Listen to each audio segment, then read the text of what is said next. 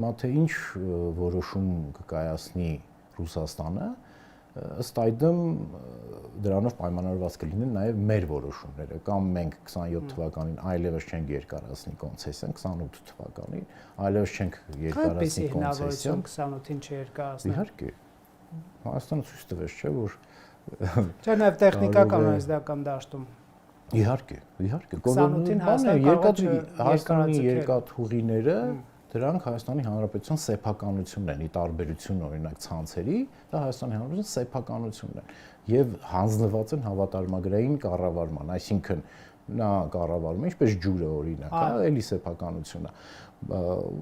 Լավ կկառավարի կշարունակենք, լավ չի կառավարի չենք շարունակի։ Ինչ որ բան ինձ հուշում է, որ 28-ին չի երկարացվի ուղղակի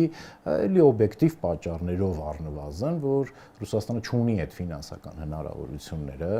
Հայաստանի երկաթուղիներում նման ներդրումներ անելու։